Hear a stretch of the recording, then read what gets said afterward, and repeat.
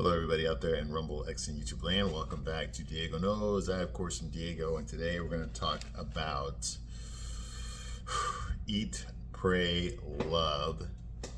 That movie you like. I don't like it. I think it's crap.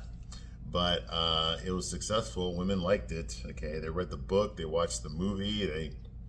They worship Julia Roberts. Okay, who's mid at best. I mean, she's a good actress. I'll give her that. I mean, she emotes very, very well. That big mouth of hers, yeah, she emotes very well. But, she plays the same woman in all her movies, the pretentious, rich white woman who complains about her life, criticizes men, and all, it's the usual crap that feminists love. And for a while there, she really had the cultural zeitgeist. I remember she first, started creeping around in the late 80s, I think. And then Pretty Woman, that's the one. I already reviewed that movie. It's on this channel if you want to watch it. Pretty Woman's the movie that put her on the map. Okay. I mean, she had already been in Mystic Pizza and stuff before, but Pretty Woman, that was the one that just showcased her to the world.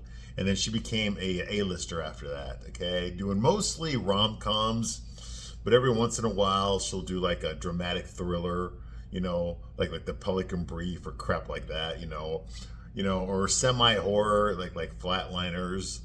Okay. She dated lots of men, lots of men in Hollywood. I talked about her a lot when I reviewed Pretty Woman. I mean, the list of guys that she's been with, her dating life is legendary.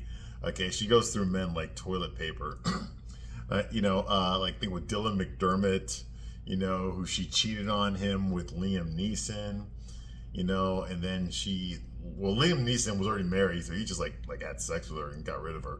Okay. But who else? Kiefer Sutherland, and then she cheated on him with his best friend, Jason Patric, and then she left him for some other guy. I think that was when she slept with Liam Neeson. Okay. And then she got with, what's his name? Lyle Lovett, the country western singer. she married him. that marriage didn't last very long.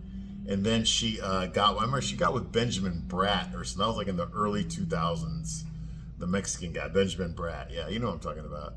Okay. Bound by Honor, Benjamin Bratt. He was in Demolition Man. He had a small role in that.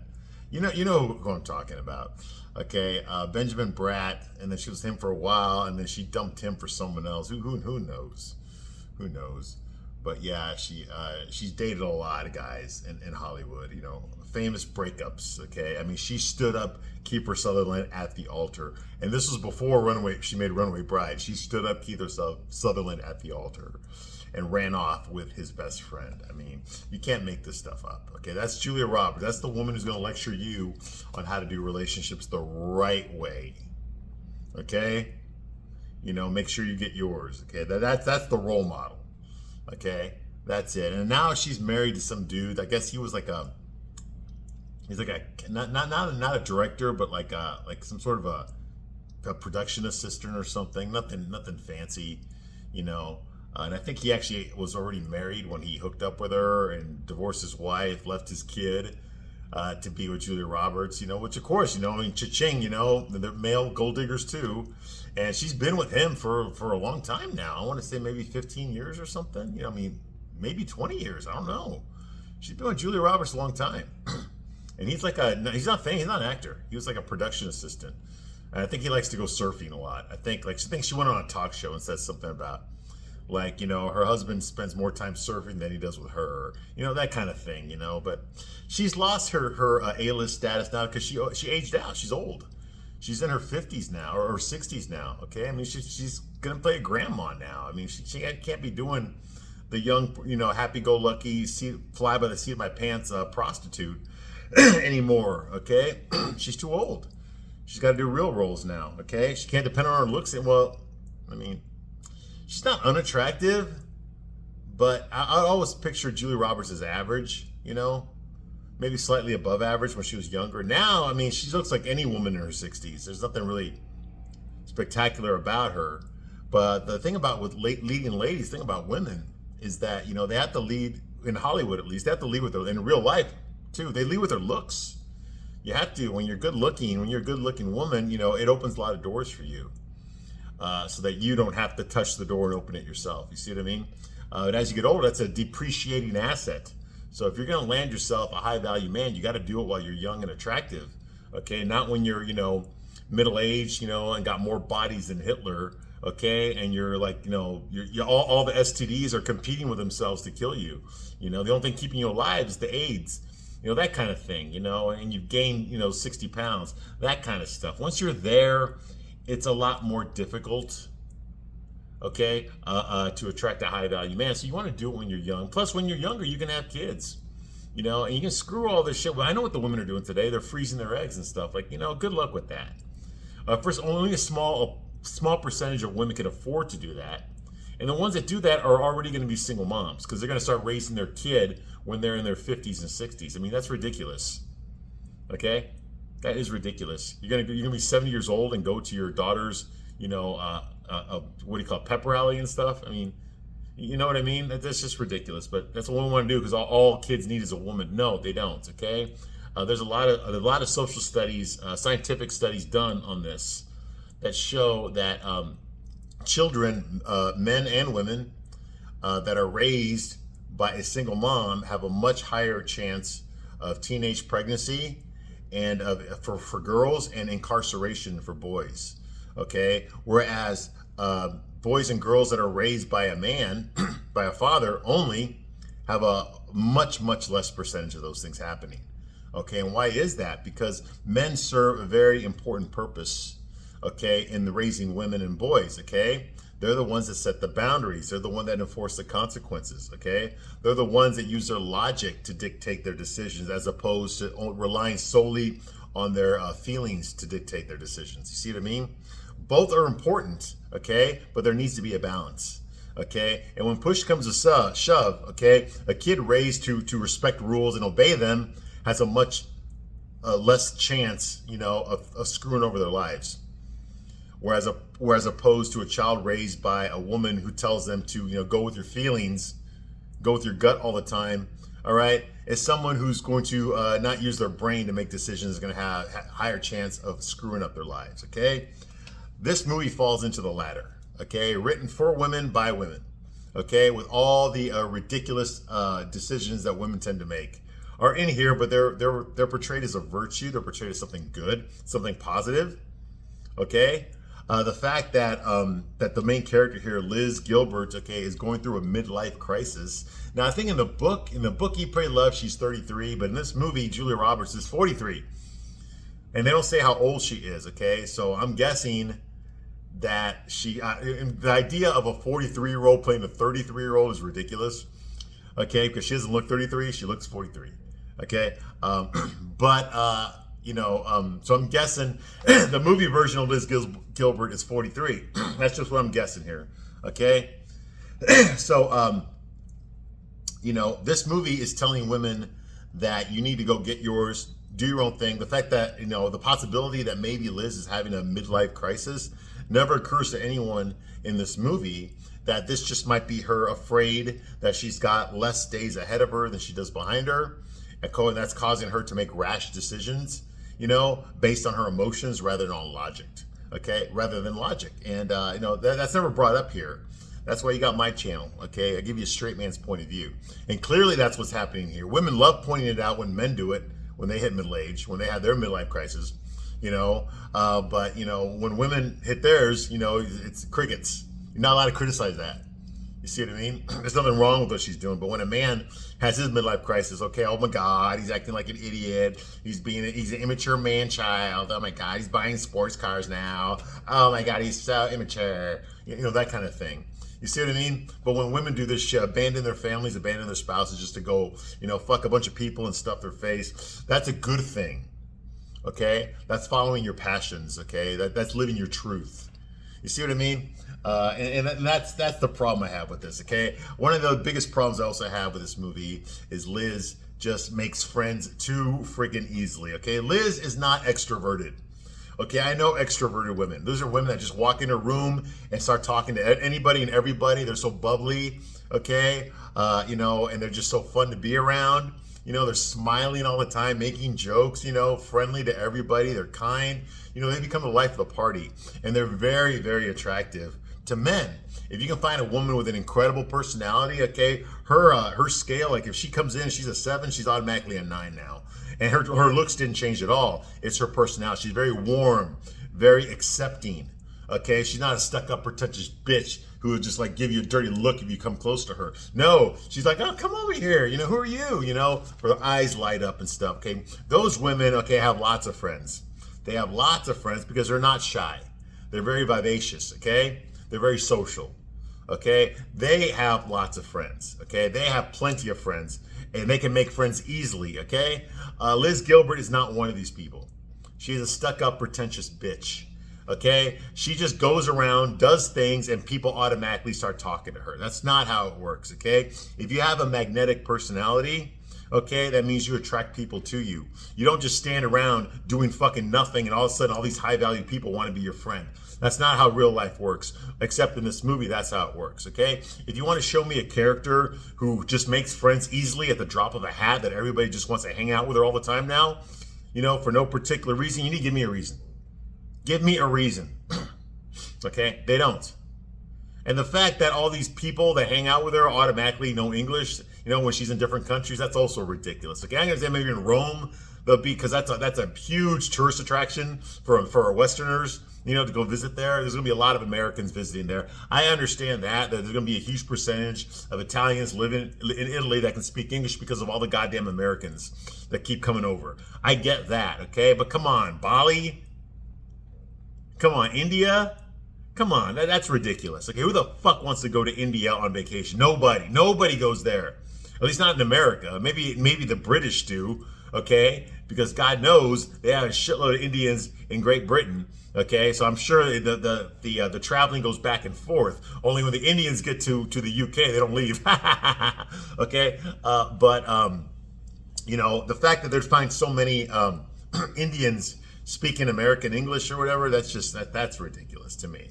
To me, that's ridiculous. Okay, or especially in Bali, Indonesia, what the hell?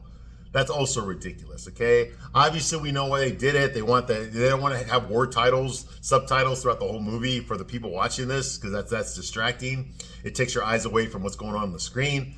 But if that's the case, then don't go to Indonesia. Do something else. Go to a country where it's more plausible that people will speak English, like Australia or something like that, Anyway, so moving right along, let's get into this movie here, okay? When we left off last time, Liz has abandoned the United States. She left New York. She put all of her stuff in a public storage. She broke up with her boyfriend, David. Okay. She decided she's going to go to Rome, Italy, and stuff her face. And then after that, she's going to go to India to do some meditation and praying. And then after that, she's going to go to Bali in Indonesia so she can find the old shaman, the toothless shaman, that foretold her future, and like learn from him and do whatever. Okay, so that's her goal. Okay, that's what she's decided to do. She already divorced her husband. That didn't make her happy. So the guy she was cheating on her husband with, that guy didn't make her happy either. So now she's got to go find herself. Okay, very Oprah-like. Okay, and go explore herself. Okay, and travel the world and eat a lot of food and fuck a lot of guys. Sounds like a plan, right? Okay, so Liz makes it to Rome. She's there. We get an internal monologue about the lottery ticket and God. It's a stupid ass story. It's where, this guy keeps praying to God. God, please let me win the lottery. Please let me win the lottery. And every day he doesn't win the lottery. And then finally, after all this praying, God talks to the guy. He's like, please let me win the lottery. And then God tells this guy, please buy a ticket. See what I mean? Okay, you get it? Yeah, very deep. So she tells that story for no fucking reason.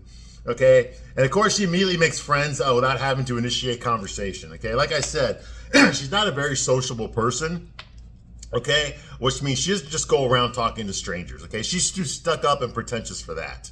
Okay, she's too much of a boss bitch, stuck up, nose up in the air type woman, that she's not just gonna fucking, just talk to a random person on the street. She's not gonna do that. Okay, she's gonna stand around and wait for someone of high value to approach her.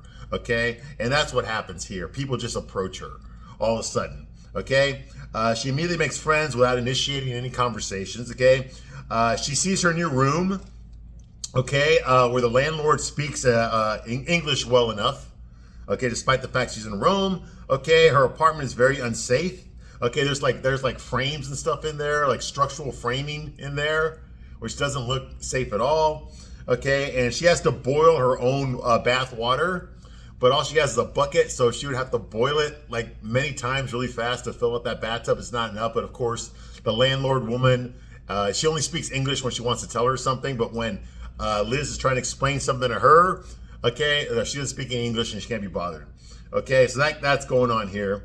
Okay, but we do get from some subtitles that the woman, the landlord, whatever, is judging Liz, okay, for being divorced. Okay, for being divorced. Okay, I guess that's a cardinal sin in Italy, in Europe, where everybody fucks everybody, regardless of whether they're married or not. They're going to judge her for not being married. Get the fuck out of here, okay? So she goes to the local Starbucks in Italy, and it's like the Board of Trade in there, okay? Like Wall Street, okay? Everyone's like, ah! Mostly men, of course. It's only her and another white woman that are there, okay? At the Starbucks, okay? It's all men in suits. The only other woman there is a blonde, pretty woman, okay, who looks like she's in her early 30s or something. Her name is Sophie, and she speaks English with an American accent, but we find out that she's actually Swedish. So how the fuck does she speak English better than me, okay, when she's supposed to be Swedish? Okay, anyway, so she also speaks perfect Italian. So that's what really attracts Liz to her, is that her Italian is perfect. Okay, she says it with the accent and everything, even though, like I said, she speaks English with an American accent and she's Swedish.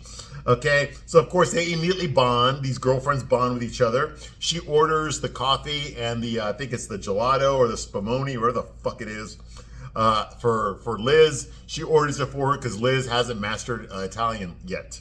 Okay, and of course they sit there and they eat their fucking spumoni, okay, or their cake, whatever the fuck, their tiramisu, whatever the fuck it is. And they drink their coffee, okay? And we find out that Sophie, the blonde girl, learned Italian in 6 weeks from her tutor. So of course, this gives Liz the idea, well, maybe I should hire him to teach me Italian, okay? Okay, like I said, we find out this woman, her name is Sophie, and she's a flight attendant. That's why she's in Italy. Okay, she's a flight attendant that does no flight attending because she's always like in fucking Italy, in Rome, okay? And she explains everything to Liz with an American accent, okay? Later on, Liz walks around Rome. She walks around the Colosseum, okay? Yeah, the famous landmark, okay? Gladiator, yeah, okay? She walks around there. She's looking at statues of penises, okay, and water fountains, things like that, the Renaissance, all that kind of shit. Okay, eating a gelato next to the nuns. That's the famous movie. That's the DVD cover right there. Okay, where she's sitting there just with her legs crossed, with the spoon in her mouth, holding the gelato cup. Okay, yeah, this is the scene. There's some nuns that are eating gelato right next to her, and she's just staring at them and eating gelato. Because that's what she came to Rome for, to stuff her fat ass. Okay, that's why we don't see her in a bikini. All right, so that's what she's doing there. She's just judging everybody, looking at penises. Okay, walking around Rome, okay, eating gelato with the nuns, watching people eat. She's really big on that, watching their mouths move. Like, we get a lot of that in this movie. Okay, she's watching people eat. She's watching butchers cut meat and shit right there in this open market.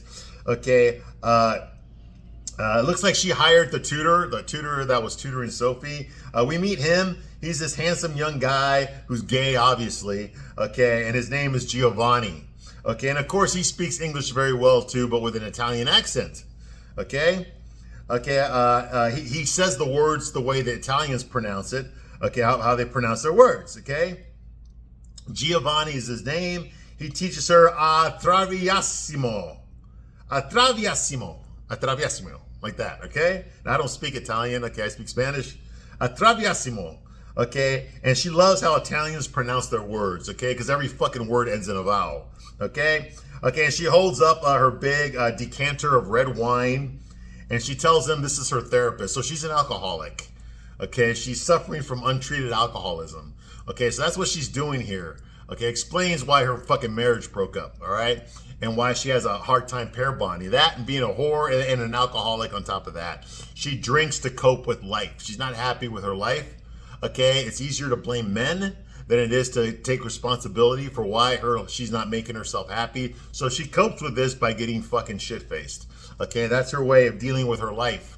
This empowered, strong, boss bitch woman who's gonna tell women how to live their best lives, how to be our true, authentic selves. Okay, can't even fucking handle her own life. She's got to fucking drink herself to death. Okay, very, very pragmatic there. Okay, so yeah, traviasimo, whatever the fuck that means. Okay, and that's going on. She holds up her big decanter, calls it her therapist. Okay, gets drunk in front of Giovanni. Gio walks her back to her apartment that she's renting, and it's clearly obvious that she likes him, okay? But he's even younger. He looks even younger than David, okay? Her boyfriend back in New York. Now, David in the movie is 28. I guess in the book he was 24. In the movie he was 28. In the book she was 33, but in real life she's 43. Now, in James Franco's defense, he was playing a 28-year-old, but in real life he was 31. Okay, so at least he's in his 30s. Okay, so there's just another young guy. She's a cougar, of course, because the thing about cougars, ladies, you think we don't fucking know this, but we do know this, okay? The thing about cougars, all right, is you're attracted to young men because they're young, they're fit, they're in the prime of their lives. They can go all night, okay? They're very energetic. They don't need as much sleep. They're ready to get up in the morning and go fucking do shit all fucking day. They can last for a long time. They're pretty to look at, okay? Most of the time they're in shape, okay? Their metabolism is working like a 20-year-old's metabolism, okay? They're fashion conscious. They know what's cool right now. You're not cool anymore because you're in your fucking 40s, but the kids that are in their 20s, they're cool because they know what's popular right now, okay? They know who Olivia Rodrigo is, and you the fuck sure as fuck don't, okay? Things like that, okay? So it's kind of hip and cool to hang out with a kid like that, all right? To fuck them a lot because they can last a long time. They can do a lot, okay? The problem, okay, and that they never show you in these movies, the problem is these fucking guys don't know fucking shit about life. You have to teach them about life. You have to pay for the dinner because they haven't made any money yet, okay? You have to basically mother them, okay? You have to deal with their insecurities, okay? You have to provide for them, okay? Because you're going to be making more money than he is. You're going to have to pick up the tab. You're going to have to pay for the vacations, okay? You're going to have to take charge of that relationship. The only thing he's going to be able to do is to fuck you, okay? And you don't have to be, super good looking to find a guy to do that. You see what I mean? It's pretty much everywhere. Any guy, if you're average looking or above, if you're average looking or anywhere above that, okay, you will have a relatively easy time getting laid, okay? Because men are less picky about who they sleep with than women are, okay? So here you've got this stud, okay, but there's nothing he can teach you. He doesn't know any. You have more experiences than he does. There's nothing he can teach you about anything in life. There's no ways he can expand your mind, get you to think or feel in different ways. Okay, you're gonna have to teach him about sex because you have more experience than he does. You see what I mean? Oh no, women want a man who already knows how to do a man who already knows how to make a woman come. He can have a conversation with her and hold a conversation with her. He can teach her, take her to places that she's never been to. He can show her things that she's not familiar with. Okay, he'll pay for the fucking date. Okay, he'll pay for the fucking vacation. You see what I mean? He'll take care of her. Okay? That's a man, not a boy. A boy you have to take care of. You see what I mean? That's the downside. Now, what's the downside for a man dating a much younger woman? Nothing. There's no downside.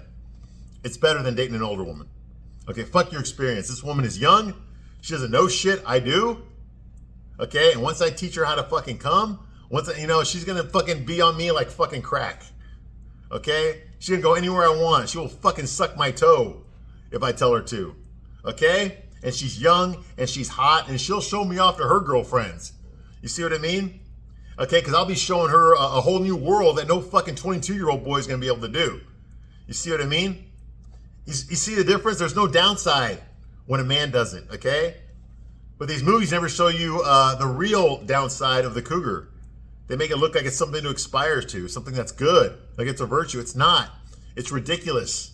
It's freaking ridiculous. Okay, and look at the prime cougars of the world. Okay, the Madonnas, the Chers. Okay, these are women that are way past their prime, but they still think they're young and pretty, and they think they're hot because their boyfriends are fucking 25 years old. No, bitch, you are paying for him. Okay, you are paying for him and his boyfriend. He sure as hell isn't taking care of you. Okay, maybe sexually he is or something. Okay, but the bottom line is, okay, is you've got to take care of him. You're taking care of him more than he's taking care of you. You see what I mean? And sex is an easy commodity. Any one of you women out there know damn well you can get laid like that. Okay? You can. So it's not like it's a scarce resource. You got to be pretty unattractive of a woman to have a hard time finding a man to have sex with you. Okay? So, okay, now for a man to find a woman to have sex with them, that is relatively more difficult because women are more picky. Okay? And they look for certain things. Okay? And if you don't have those things, okay, you're not going to get any, okay? And that's the truth, okay? Women are more picky when it comes to sex. Even porn stars and shit like that, you know? Like porn stars, yes, they have sex with lots of men, okay? But they get paid to do that. They're making money. That's their livelihood. They have to fuck whoever the director tells them to fuck. Otherwise, they're not going to get paid. But in their personal lives, they're going to be much more discriminate as to who they have sex with in their personal lives. You see what I mean? You know, that's what I'm talking about. Okay, you know, these movies want to make you think that this doesn't exist. It does exist.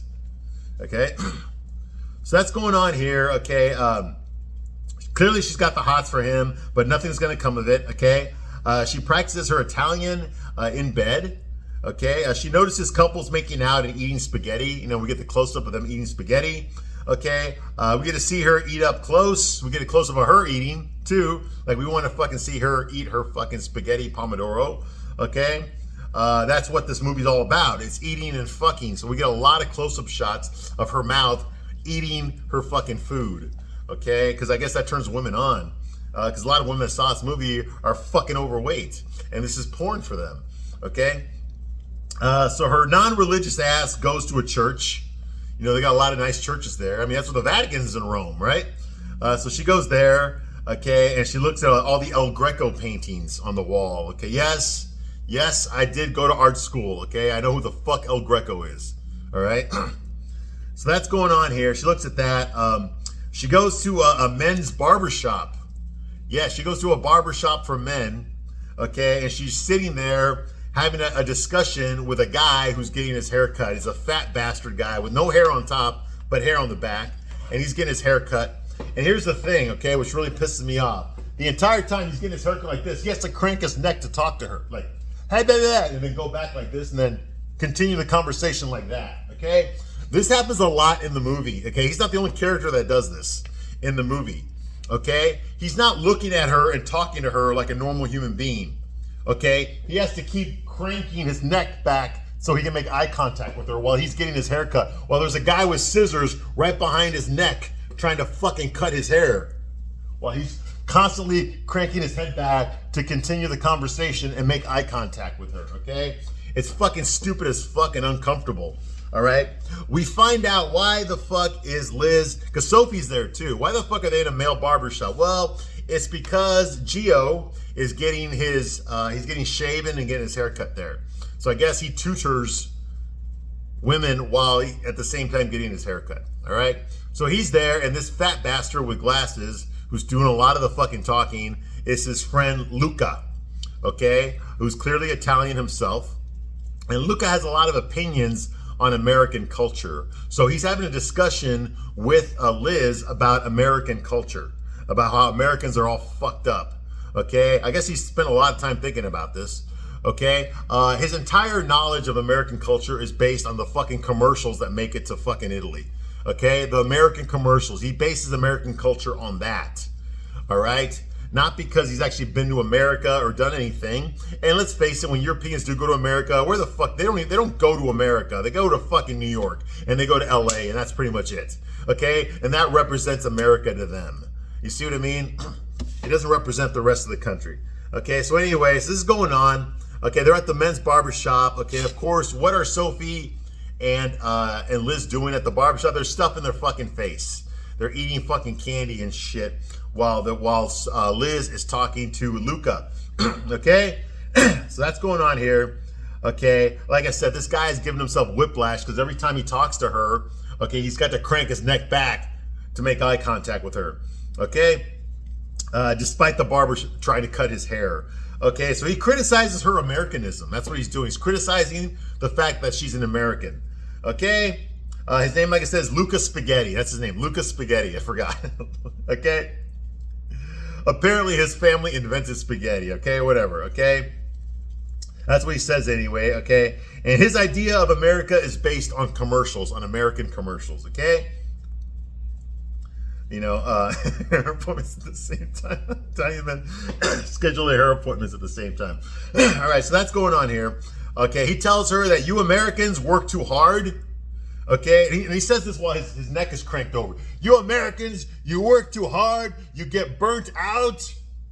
You know, and then you sit around, okay, in your pajamas and you watch TV.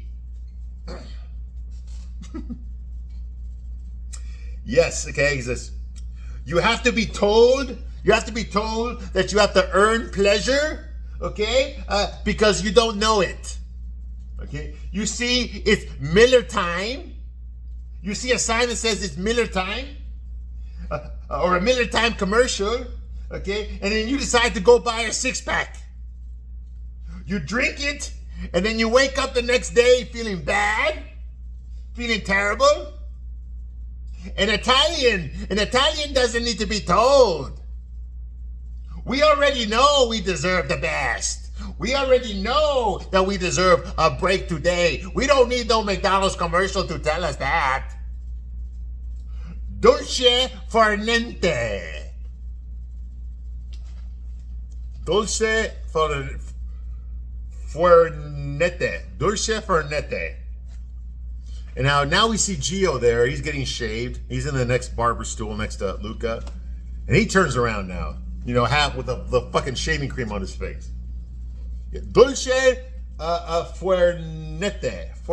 Dolce fornette. I know someone there who speaks Italian is going to tell me I'm saying it wrong. I don't give a crap. All right? Dolce fornette. And Giovanni says, this means the sweetness of doing nothing. Okay, so basically you're telling us that the Italians are a bunch of lazy assholes. No wonder they never rebuilt the Roman Empire. Okay, because they enjoy the sweetness of doing nothing. Okay, and they all repeat that to Liz. All the barbers, everybody in the fucking barbershop repeats that to Liz. Dolce far niente, dolce far niente, dolce far niente. Yeah, all that shit, all right? The barber says that you have to speak. The barber tells Giovanni in Italian something, and then Giovanni translates it to Liz. It's like, what he is saying is that you have to speak Italian with your arms and hand gestures. You don't just speak Italian, you have to say like that. That's the correct way to speak Italian. Liz like, okay, here's Yelena. Like that. That's the right way to do it, to speak Italian. You got to move your fucking hands. Like that. Okay, that's Italian. Okay, it's a fucking stereotype is what it is, okay? But oh well. Okay, like we didn't need to see this movie to know that. Okay? Anyway, so Liz and her posse, yes, she has a posse now. Luca is fucking just joined the gang, which consists of Sophie, Giovanni, Luca, and Liz, and it's gonna get bigger. They're gonna add more people. Why? I guess because fucking Liz's farts smell like roses or something, so that makes her super popular. Like I said, she's done nothing really to attract these people. These people just keep coming to her. You know what I mean? And they're not showing it. If you want to show her as the kind of woman that makes friends easily, you need to show us a scene where she makes friends easily, not where she's just standing around and people all of a sudden are nice to her and want to hang out with her. That's not how real life works. All right. She doesn't have that personality. Like I told you about that attractive personality that attracts people to you. She does not have a magnetic personality. She's a stuck-up bitch. Okay. Anyway, so Liz and her posse walk around. They're looking at the people eating outdoors. There's a lot of that. Nobody eats inside the house in fucking Italy. They all eat in a fucking patio. All the restaurants are outdoor patios. Okay. There are no indoor restaurants in Rome. Okay. All of them take place outside. Just so you know. Okay, they walk around looking at the people eating outdoors and copying their hand gestures, the chef's kiss, the shit like that. Okay, a guy grabs Sophie's ass. Okay, and then we see this. Okay, I don't know what this means. Okay, we see that. Does anybody out there know what that means? I'm guessing it's not polite. Okay, but I saw them doing that. I have an idea of what that means, but I don't know for sure. All right, so we see that. Okay, the posse almost gets hit by some scooters because they're not paying attention. Okay, and they all do the fucking Dustin Hoffman thing from A Midnight Cowboy. Hey, I'm walking here. Yeah, they do that, but they do it in Italian. Okay, that's from Midnight Cowboy. All right, next scene here at another outdoor restaurant. Of course, like I said, there are no indoor restaurants in Rome.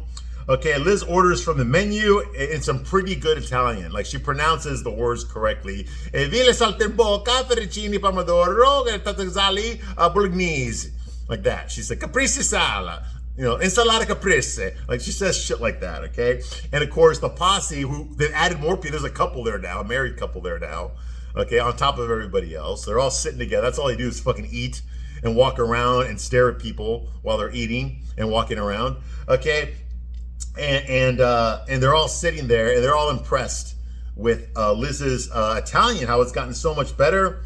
Okay, she points out the woman feeding her dog under the table. They say, oh my God, she's an Italian now. And Liz's like, no.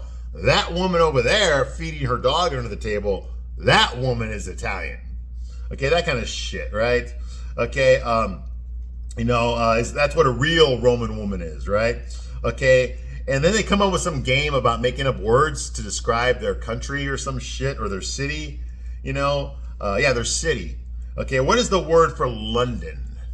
Okay, and someone says stuffy, stuffy. And then they ask Sophie, what's the word for Stockholm?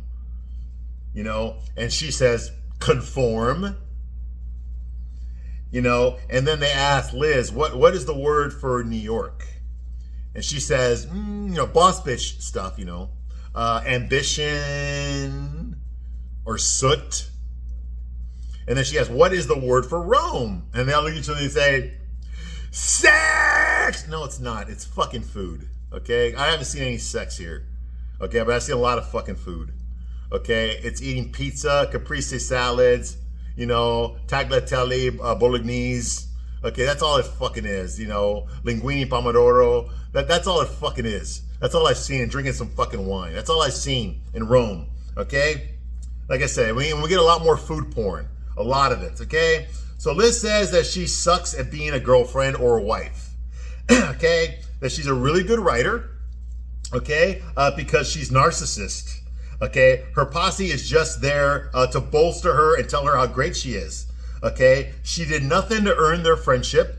Okay, they just come to her like pigs come to shit, and that's true. Okay, she's done nothing to endear them to her. Okay, we haven't seen it. Whatever she did to get them to like her so much and want to hang out with her all the time, okay, and want to be her friend and take her out to lunch and shit like that. Whatever she did, we didn't see it in the movie. It just happens. Okay, we don't understand what is it. If you want to show me that this woman has a magnetic personality, you need to show me of her doing something that attracts people to her, okay? You need to show that. If you don't show that, fucking, then what the fuck are we here for, okay? Okay, it's shorthand, okay? You're telling us that she can attract people and make friends easily, but you're not showing us that. You see what I mean? You need to show it. It's a case of show and tell, okay? You're telling me everything, you're showing me nothing. Show me how she won these people over, okay? We haven't seen it yet. Okay, so that's going on here. Okay, and all the people there are just there to eat out fucking Liz's pussy. okay, to eat out her asshole and tell her how great she is. Just like an episode of Sex and the City, where all the side, not the main characters, the side characters are always there to tell the main character how fucking great they are and eat out their asshole for 5 minutes in every fucking episode. Okay, you see what I mean? Yeah, and that's just more of this shit. You think we wouldn't notice that, but we did. Okay, so now we get the stereotypical fucking Italian music. Dun dun dun dun dun dun dun dun dun dun.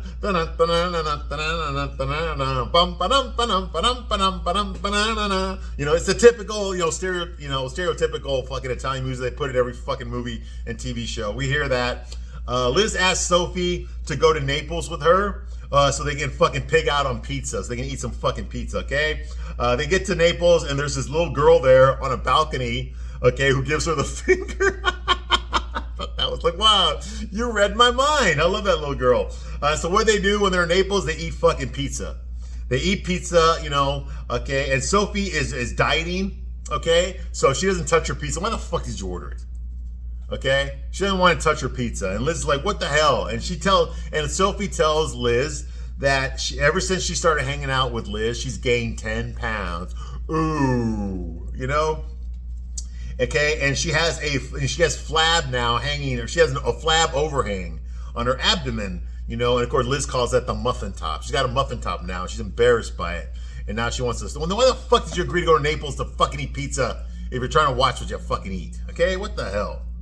Okay, so Liz tells her every time you get naked for a guy, has he ever asked you to leave? And that's when something appeared to me. Every time fucking Liz opens her mouth, she's always stuffing it with fucking food.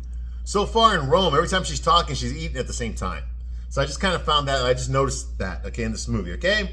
So she tells Sophie, every time you get naked for a guy, how many times has that guy asked you to leave? Okay? Okay, well, you see, that's a stupid question, okay? Okay, because that's implying that once you take your clothes off, that you're beautiful. You're automatically beautiful, okay? So the guy's not gonna leave. He's not gonna leave. He's already got you undressed, so he's not gonna leave, okay? That's bullshit, okay? Because if you were a fucking fat ass, he never would have gotten to the point with you where you're in a position to take your clothes off in front of him. You understand? God damn, you need a straight guy should have approved the script before this thing got filmed, okay? Because, you weren't a fat tub of shit when he met you, okay? If I meet a woman who's significantly overweight, we're never going to be in a situation where she can take her clothes off in front of me because I'm not going to be there. You see what I mean? So Liz says, that's because he doesn't care. He's in a room with a naked girl. He just won the lottery. Body positivity. Okay, that's also a load of shit, okay? Yes, a guy does feel like he won the lottery when he's with a naked girl, if that naked girl is hot. If she's not hot, no, he doesn't, okay? No, he's never going to get to that point, all right? Why do you think men like to look at women in tight clothes? Because it gives us an idea of what she's going to look like naked, okay? If we're not attracted to her body in the clothes, we're not going to be attracted to her when she's naked. Do you understand? Okay, we're not going to be in a position to see her naked. Okay, we're never going to go there. All right, the fact that you took your clothes off in front of a guy means that he already found you attractive. Okay, he was already attracted to what you look like. You see what I mean? The bullshit that I call out here is that, a guy, feeling that he won the lottery when a girl gets naked in front of him. Okay, that only applies to an average or below average men. Okay? That only applies to average or below average men, okay? Since chick flicks never deal with those men, okay? For the above average man, okay, it's not like winning a lottery, okay? And what I mean by this is that an average guy or a below average guy, if he sees a naked woman, yeah, he's gonna get excited. Oh my God, he's gonna feel like he's fucking John Holmes or fucking Hugh Hefner or some shit. He will, okay? This is a guy that has a very difficult time getting laid. All of a sudden, he's in a room with a naked woman. Yes, he's gonna feel like fucking Brad Pitt. Okay, he's gonna feel like fucking P Diddy. All right, he's gonna feel that way. Okay, that's the average or below average man. Okay, however, the movies never deal with those guys ever. They only deal with the high value men. A high value man is with a woman who gets naked, okay? He doesn't feel like he won the lottery, okay? For you, you might feel that way. Oh my God, he should be privileged to see me naked, okay? But for him, it's just fucking Tuesday. You see what I mean? That's another thing this movie doesn't want to fucking tell you. Okay, automatically the assumption is that the woman is up here and the man is down here. Okay, that's not always the case. It's just the case in these movies. So I need a straight man's point of view. Okay? So Liz tells her, this is a body positivity speech here. Liz tells Sophie, I'm tired of dieting and counting calories and self-loathing because of what I ate. I don't want to be obese, but I'm done with guilt. I'm eating my fucking pizza, and tomorrow we're buying bigger jeans. So there you go, ladies. The obesity crisis has been solved. Thanks to fucking Liz Gilbert a la Julia Roberts. Okay, enough of this crap. I'm going to stop right here, but I'll be back to continue my review of this piece of shit movie. I thank you very much for watching this long. I will see you soon on the next one. Bye.